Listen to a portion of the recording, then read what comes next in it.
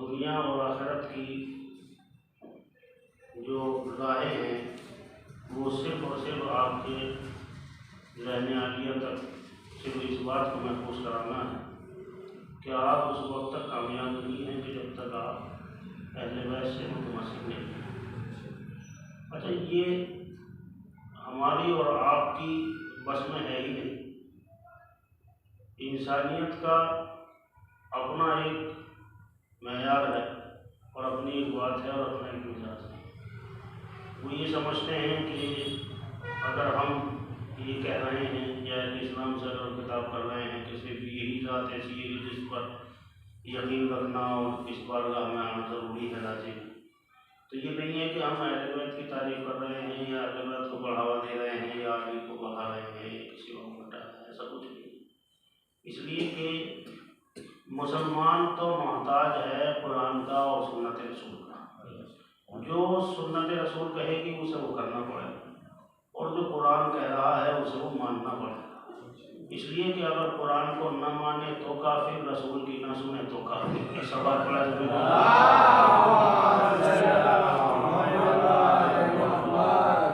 یہ الگ بات ہے کہ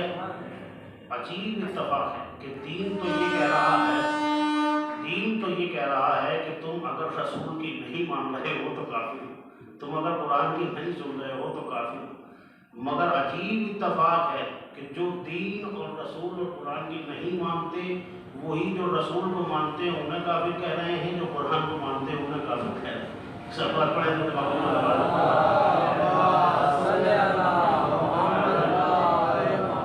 ایک عجیب بحث ہے، اس لیے کہ ایک دوسرے پر کفر کا فتویٰ لگا دینا آسان ہے مگر اسے ثابت کر دینا بہت مشکل ہے۔ آپ انہیں برا کہہ رہے ہیں، آپ کو برا کہہ رہے ہیں، انہوں نے کسی اور کو برا کہہ دیا، پھر انہوں نے کسی اور کو برا کہا، نتیجہ کیا ہوا کہ فرقوں میں کفر بڑھتا چلا گیا۔ تو نتیجہ یہی نکل کر آیا کہ یہ سب محمد کا نام لے رہے تھے مگر ایک بھی محمد والا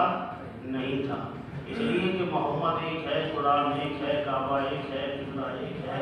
دین کے احکام ایک ہے، مگر مسلمانوں کا بٹا ہوا ہونا اس بات کی دلیل ہے کہ یہ اپنے نفس کی پیروی کر رہے ہیں، قرآن کے حکم پر عمل نہیں کر رہے ہیں۔ یہ سب سے عمدہ دلیل ہے جو علماء حق کے زاویے میں ملتے ہیں۔ تو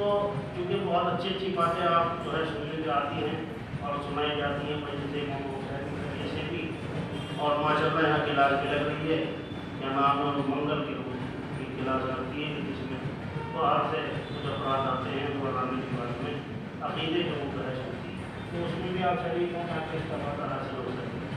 تو وہ زیر اہتمام اپنے سوال آپ ان میں کر سکتے ہیں۔ تو یہ بھی ایک فائدہ ہے آپ لوگوں کو۔ منگل کو یہاں پر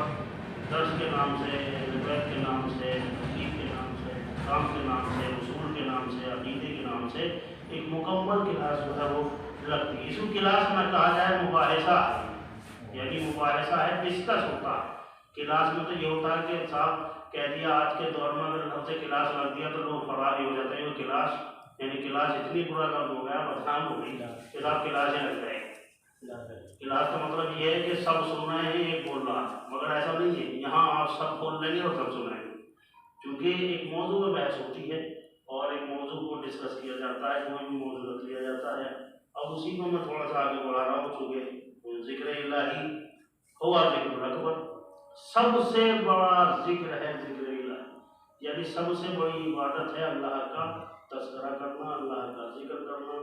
اور اللہ کے ذکر پر قائم و دائم رہنا، یہ سب سے بڑی بات ہے۔ اچھا، یہ ہر ایک کا شیوہ کار نہیں ہے، مگر چونکہ یہ بحث ہوئی تھی کہ بھائی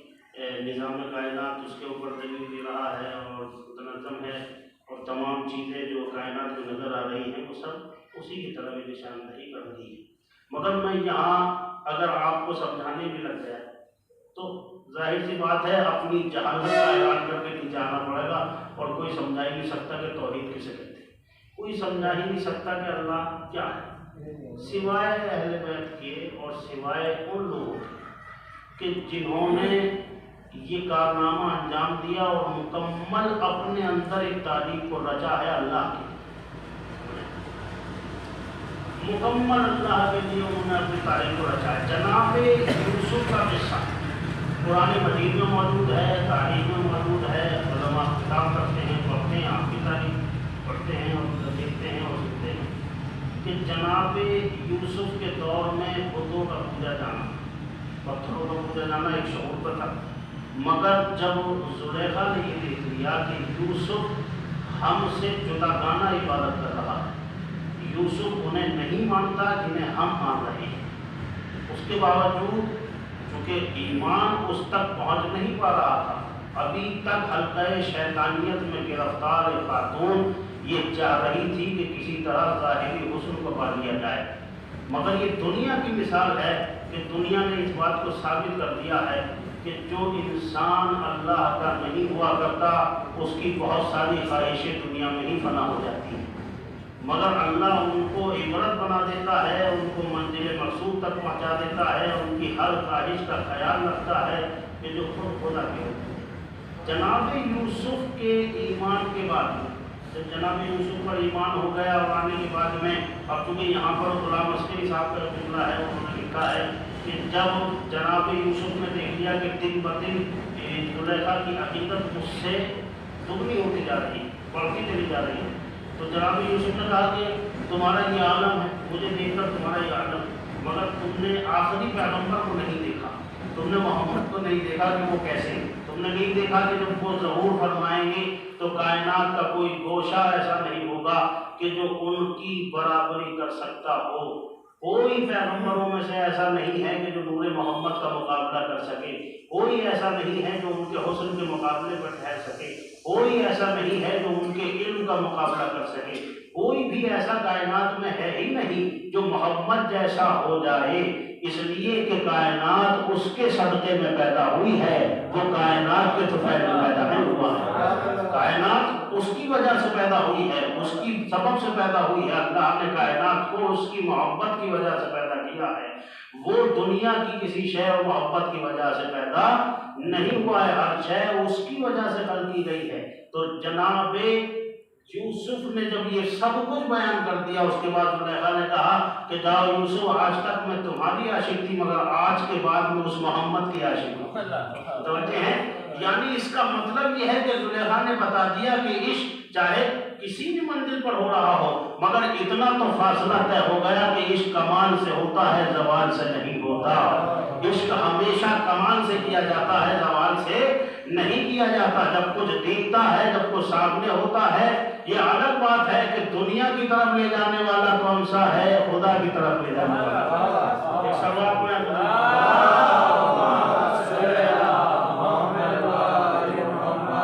ساری باتیں ہیں صاحب۔ اب جب یہ بات طے ہو گئی تو آقا نے لکھا کہ اس سے آگے جملہ یہ ہے کہ اب یہ حکم آ گیا کہ یوسف جاؤ اور زلیخا کی دل جوئی کرو، جو اس لیے کرو کہ اب یہ ہمارے پیغمبر پر ایمان لے کر آ گئی،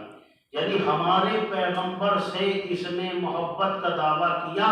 اس وقت یوسف کو یہ حکم ہوا کہ اب اس کی دل جوئی کی جائے۔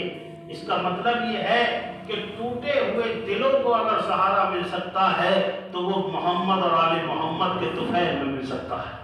یعنی محمد اور آل محمد کا اگر وسیلہ سامنے ہے اور طفیل سامنے ہے تو یہ ٹوٹے ہوئے دل اپنی مرادوں کو پا سکتے ہیں۔ یہی وجہ ہے کہ جب کرم الہی زلیخا کو برسنے لگا اس وقت وہ پوچھنے لگی یوسف یہ تم ہو جو مجھ سے اتنی نرمی سے بات کر رہے ہو؟ آج تک تم نے کبھی مجھے منہ نہیں لگایا، آج تک تم نے پلٹ کے مجھے جواب نہیں دیا، مگر یہ اتنی نرمی سے آپ تمہارا کلام کرنا، اتنی نرمی سے میرے ساتھ پیش آنا۔ تو یوسف نے کہا یہ کرم میرا نہیں ہے، یہ کرم الہی ہے جو آخری نبی کے صدقے میں تجھ تک پہنچ رہا ہے۔ اس لیے کہ اگر دنیا سمجھ لے کہ محمد کون ہے تو پھر نعمتیں بھی اس کا کر رہیں گی، رحمتیں بھی اس کا کر رہیں گی۔ ایک سوال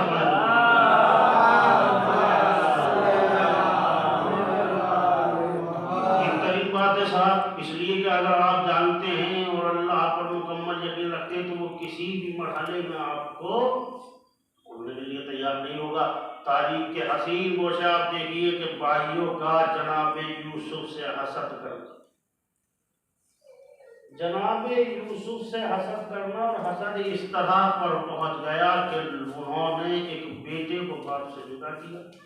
اور قتل کی پلاننگ کر ڈالی، اور قتل کی پلاننگ کر ڈالی۔ صحرا میں یوسف کو لے کر جا چکے اور جناب یعقوب مڑ کے دیکھتے رہے، اس لیے کہ انہونی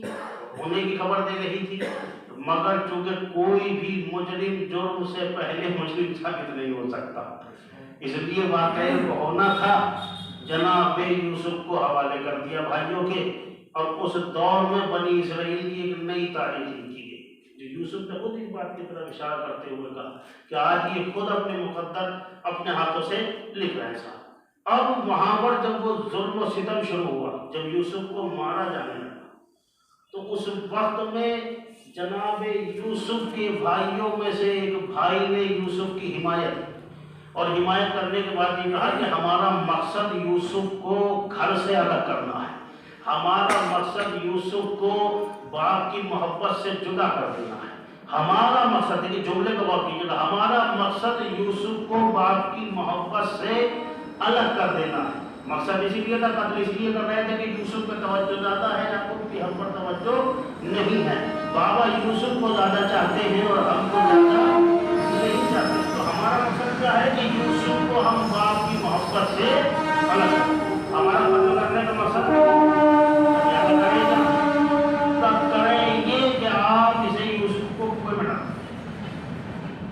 میں ڈالتے ہیں، بات ختم ہو جائے گی، یوسف کو بھوکے پیاسے مر جائیں گے، آگے جو ہوگا اللہ۔ یہ مشورہ دیا انہی بھائیوں میں سے ایک بھائی، تاریخ نے اس کا نام لاوی دخل کیا ہے، تاریخ نے بتایا کہ ایک بھائی ایسا تھا کہ جس کے دل میں یوسف کے لیے ہمدردی پیدا ہوئی، یہ ہمدردی اللہ کی وجہ سے، یعنی اس لیے کہ یوسف پیغمبر الہی، یوسف معصوم ہے، اور یوسف آنے والے دور کے لیے مکمل ہدایت الہی کا سرمایہ ہے۔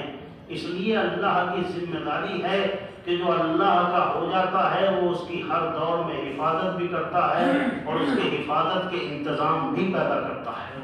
حفاظت کے انتظام اس طرح سے ہوں گے کہ ایک بھائی نے ہمدردی کر کے یوسف کو بچا تو لیا، مگر چونکہ وہ اللہ والا تھا اور چونکہ اللہ کی مہر اس پر تھی اور معصوم تھا، مگر یہ اسے مار کر بھی کنویں میں ڈال کر بھی اپنے مقصد کو نہ پا سکے۔ یوسف جب تک رہے، یعنی یعقوب جب تک زندہ رہے،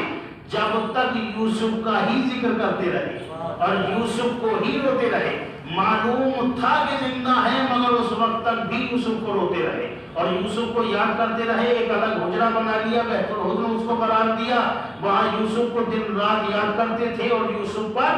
گریہ کیا کرتے تھے۔ بھائیوں نے کہا یہ تو الگ اتفاق ہو گیا، اس لیے کہ ہم نے یوسف کو جدا بھی کر دیا، اس کے باوجود بھی یعقوب کی محبت یوسف کے لیے کم نہیں ہو رہی ہے۔ تو اس بات کی دلیل یہی ہے کہ جس محبت کو اللہ دل میں ڈالتا ہے وہ کبھی بھی دل سے ختم نہیں ہوتی، نہ ہی مٹائی جا سکتی ہے۔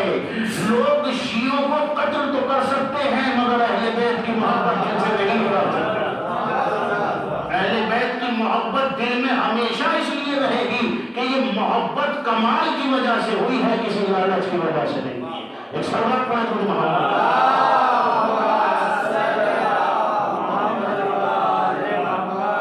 یعنی یوسف کا دور ہو جانا، یوسف کا غیبت میں چلے جانا، یوسف کا نگاہوں سے اجل ہو جانا، مگر اس کے بعد بھی گریہ یعقوب میں قصیدہ یوسف کی گنگناہٹ اس بات پر دلیل تھی کہ ہم یوسف کے بارے میں فکر مند ہیں، اس سے محبت کرتے ہیں۔ یوسف کے بارے میں گریہ اس بات کی دلیل تھا کہ ہم یوسف سے بے پناہ محبت کرتے ہیں۔ اس کا مطلب یہ ہے کہ اگر معصوم نظروں سے اجل ہو جائے تو اس کی محبت ہی بہترین ذریعہ ہے کہ معصوم تک پہنچا جائے اور اعلان کیا جائے ظلم کے سامنے کہ کوئی ہے جس کے لیے گریہ کیا جا رہا ہے۔ متوجہ ہیں؟ کوئی ہے جس کے لیے گریہ کیا جا رہا ہے، کوئی ہے جس کے لیے فکر مند ہوا جا رہا ہے، کوئی ہے جس کے لیے یہ سب کچھ انتظام کیا جا رہا ہے۔ امام زمانہ کا پردہ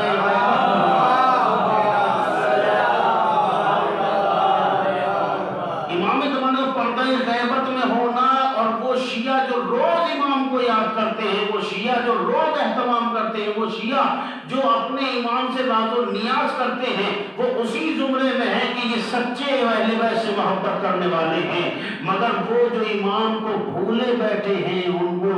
خود سوچنا چاہیے کہ امام کا پردہ غیب میں ہونا ان کے لیے ذریعہ امتحان ہے کہ وہ کتنے اپنی محبت میں سچے ہیں، یعنی جھوٹے کتنے ہیں اور سچے کتنے ہیں۔ یہ انسان خود دیکھ سکتا ہے کہ وہ یوسف زہرا سے کس قدر محبت کرتا ہے۔ جو پردہ غیبت میں جناب زہرا کا بیٹا ہے، اس سے انسان جتنی محبت کرتا ہے، کتنا اس کے لیے آنسو بہاتا ہے، کتنا اس کے لیے محبت میں رہتا ہے، کتنا اس کو یاد کرتا ہے، کتنا اس کے لیے اپنے آپ کو آراستہ کرتا ہے، کتنا عمل کے میدان میں آگے بڑھتا ہے۔ یہ سب اس بات پر مبنی ہے کہ آپ اہل بیت کو کتنا چاہتے ہیں، کتنا مانتے ہیں۔ اب دیکھیے اس میں سب آپ اور ہم سب ہی شریک ہیں، مگر امام زمانہ کی معرفت کا ہونا بہت ضروری ہے۔ ایسے یوسف خیر کنویں میں ڈال دیا گیا، صاحب کنویں میں ڈال دیا گیا، اور کنویں میں ڈالنے کے بعد ہوا یہ کہ یوسف سو گئے۔ لوگ ڈھونڈنے آئے، حکم الہی سے نیند تاری ہوئی اور یوسف پتہ نہ چل سکا۔ مگر جب دیکھا کہ یوسف زندہ ہے، اب تاریخ کی گوشہ یہ ہے کہ وہاں سے قافلے کا گزر ہوا۔ اچھا ڈالا تھا اس کنویں میں کہ جس میں اسی معلوم تھا کہ اس میں پانی کھا رہا ہے، کوئی قافلہ اس کے قریب نہیں جاتا تھا۔ اس لیے قریب نہیں جاتا تھا کہ صاحب اس معلوم تھا کہ اس کنویں کا پانی جو ہے وہ کڑوا ہے، تو اس میں جانے سے فائدہ ہی کیا ہے۔ مگر جس معصوم کی حفاظت کی ذمہ داری اللہ نے لے رکھی ہو، تو آپ پوری کائنات میں مل کر بھی اللہ کے نظام کا مقابلہ کر نہیں سکتے۔ یہ ایک مثال ہے آج کی مجلس میں، اور یہی پیغام ہے۔ اس بات کو اگر آپ سمجھ لو گے تو یقیناً شاید کہ مسجد آسان ہے۔ یہ ہماری تدبیریں جو ہیں، جو ہم تدبیریں کرتے ہیں، صاحب ہمیں کل یہ کرنا ہے، پرسوں یہ کرنا ہے، ہمیں یہ ہونا چاہیے، ہمیں وہ ہونا چاہیے، جو ہمارے اختیار میں ہوتا ہے ہم پلاننگ کر کے اس کو عمل کا جامہ پہناتے ہوئے آگے بڑھنے کی کوشش کرتے ہیں، اور یہ دیکھتے ہیں کہ شاید ہم کس قدر کامیاب ہیں۔ مگر ان ساری تدبیروں پر، جتنی بھی تدبیریں ہم کر سکتے ہیں، اللہ کی تدبیر سب سے بڑی غالب ہوتی ہے۔ مثال کے طور پر ہمیں جانا تھا سفر کے لیے، بارش ہونے لگی، ہم رک گئے، گھر سے ہی نہیں نکل سکے۔ پتہ چلا موسم صاف تھا، ہمیں جانا ہے، مگر بخار چڑھ چکا، اب اس قدر طبیعت خراب ہے کہ سفر کرنے کی ہمت نہیں، تو یہ ارادے ٹوٹ گئے سب۔ جب آپ کسی کام کو کرنا چاہتے ہیں، وہ کام نہیں ہو پاتا، اس میں کوئی نہ کوئی رکاوٹ پیدا ہو جاتی ہے، اس وقت آپ کو یہ اشارہ ہوتا ہے کہ کوئی ہے جو آپ کی تدبیروں سے اس کی تقدیر غالب آ رہی ہے، جو ہو کر رہے گا، جس کا فیصلہ حتماً فیصلہ ہے۔ لہذا بھائیوں نے یہ چاہا کہ یوسف اسی کنویں میں دم توڑ دے، سوائے ایک بھائی، مگر اللہ نے اپنی تدبیر کاملہ کی بنیاد پر یوسف کے پاس اس قافلے کو بھیجا کہ جو قافلہ جانتا تو تھا کہ اس کنویں کا پانی کھارا ہے، مگر ایک آندھی ایسی چلی کہ وہ قافلہ راستہ ہی بھٹک گیا اور کنویں کے پاس آ گیا۔ متوجہ ہیں؟ یعنی راستہ بھٹک کر قافلہ اسی کنویں کے پاس کھڑا تھا اور سب اپنے مالک سے کہہ رہے تھے اس کنویں سے پانی کیا نکالیں، اس کا تو پانی کھا رہا ہے، ہم تو راستہ بھٹک گئے۔ مگر اس مالک اس بات کی طرف متوجہ ہوا کہ آج تک سفر میں کبھی ایسا واقعہ پیش ہی نہیں آیا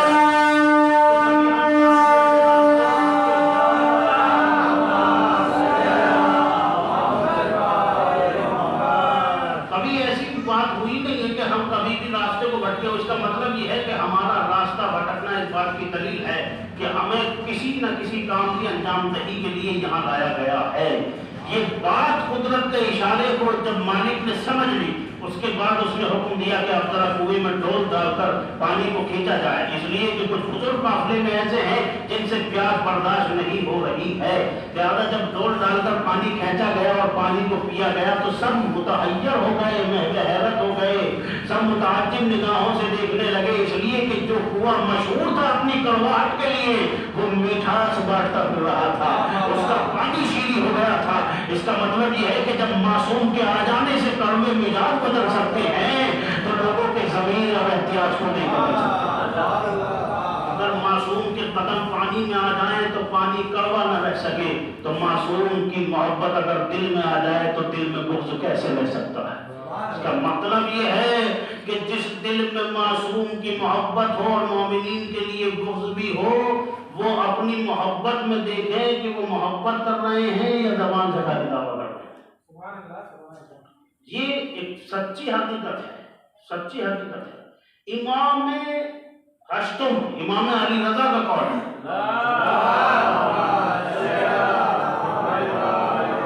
امام علی رضا علیہ السلام یہ کہہ رہے ہیں کہ صاحب میں نے اللہ کی معرفت کو اسی ذیل میں جانا ہے کہ ہم کرنا کچھ چاہتے ہیں، ہو کچھ جاتا ہے۔ اسی بات سے ہم نے پہچان لیا کہ ہماری ساری تدبیروں پر اللہ کی تقدیر غالب ہے۔ بس پھر کہا کہ مولا پھر ہمیں کس بات کا اختیار رہ گیا جب اسے ہی سب کچھ کرنا ہے، تو پھر یہ حساب و کتاب کس لیے ہے صاحب جب اسے ہی سب کچھ کرنا ہے؟ کہاں اس بات کی فکر مند تمہیں ہونا چاہیے، اس لیے کہ سب کچھ اس کے اختیار میں ہے، مگر وہ اس وقت تمہیں اختیار دیتا ہے جب تم اس کے اختیار میں خود چلے جاؤ۔ متوجہ ہیں؟ یعنی آپ نے سمجھا، جب آپ خود اللہ کے ہو جاؤ گے تو اب آپ کو اختیار ہے کس بات کا؟ اس بات کا اختیار آپ کو ہے کہ آپ دعا کے ذریعے سے اس لکھی ہوئی تقدیر کو بدلوا دیں۔ یعنی مکمل یہ اختیار کو مطلب حساب و کتاب تصوری، جب اللہ کی تدبیر غالب ہے، مگر غالب اس کی تدبیر کیا وہ اپنی وجہ سے ہے؟ اگر ایسا نہیں ہو تو عدل قائم نہ رہے گا۔ اس کا مطلب کیا ہے؟ جو ہم کر رہے ہیں وہی پلٹ کر ہماری تقدیر بن کر ہمارے سامنے آ جاتا ہے۔ اگر ہم آج برے ہیں تو کل یقیناً ہمارا برا ہونے والا ہے، اگر آج ہم اچھے ہیں تو یقیناً کل ہمارا اچھا ہوگا۔ اس لیے کہ اللہ کا نظام قانون یہی ہے، تم جو کرتے چلے جاؤ گے مستقبل میں وہی تمہیں ملتا چلا جائے گا۔ صلوات پڑھیں حضرت محمد۔